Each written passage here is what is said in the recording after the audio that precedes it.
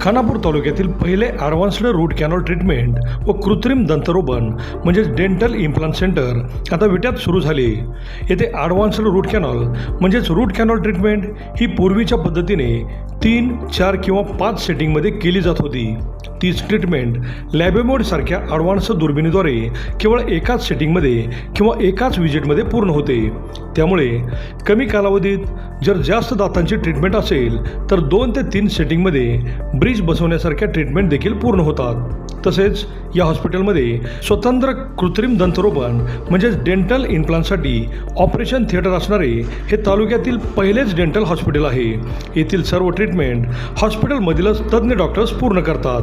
Doctor Prithviraj Deshmukh व doctor पूजा देशमुख हे route canal व इम्प्लांटमधील अनुभवी व दातांमधील MDS म्हणजेच मास्टर्स ऑफ डेंटल सर्जरी हे डिग्री प्राप्त असून सर्वच अत्याधुनिक ट्रीटमेंट ह्या एकाच छताखाली केल्या जातात. चला तर मग आपल्या दातांच्या कुठल्याही समस्यांसाठी आजच भेट द्या. आमचा पत्ता डॉक्टर देशमुख सुपर स्पेशालिटी दातांचा दवाखाना व रूट कॅनॉल स्पेशालिटी सेंटर, दृष्टी हॉस्पिटल शेजारी, यशवंत नगर, विटा. नमस्कार, प्राईम न्यूजमध्ये आपल्या सर्वांचे स्वागत. कधीतरी दिसणारा बिबट्या नंतर सारखा दिसू लागला आणि सर्वसामान्य माणूस घाबरून गेला. आता तर गावाबाहेर शेतात जायलाही भीती वाटू लागली आहे, कारण गावाबाहेर दिसणारा बिबट्या आता गावातही दिसू लागला आहे. अलीकडे तर शहरातही बिबट्याचे दर्शन घडताना दिसत आहे.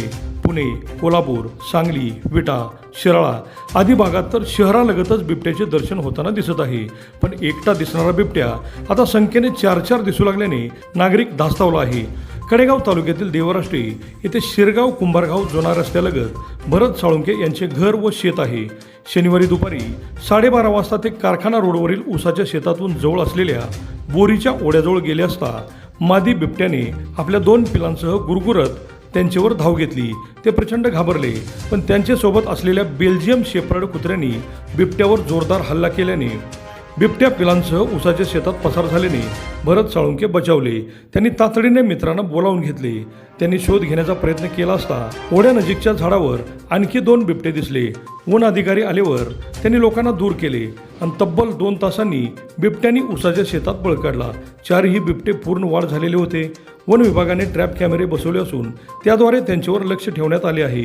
वन अधिकाऱ्यांनी शेतकऱ्यांना शेतात जाताना सावध असावे असे सांगितले असले तरी शेतकरी शेतात एकटा जाण्यास तयार नाही. जर भरत साळुंके यांच्यासोबत ती 2 कुत्री नसती तर त्यांचा जीव गेला असता. त्यामुळे 4 दिसणारे बिबटे भविष्यात मोठ्या संख्येने दिसणार असून माणसापुढे ते प्रचंड मोठे संकट बनून राहणार आहेत. दिवसा दर्शन देणारे बिबटे पाहून नागरिक घाबरलेले आहेत. रात्री या भागातून प्रवास करायला कोणी तयार नाही. वर्षाला 3 ते 4 पिली जन्माला घालणाऱ्या बिबट्यांची संख्या भविष्यात वाढल्यावर माणसाने काय करायचे हाच खरा प्रश्न आहे. अभिजित शिंदे, प्राईम न्यूज, विटा.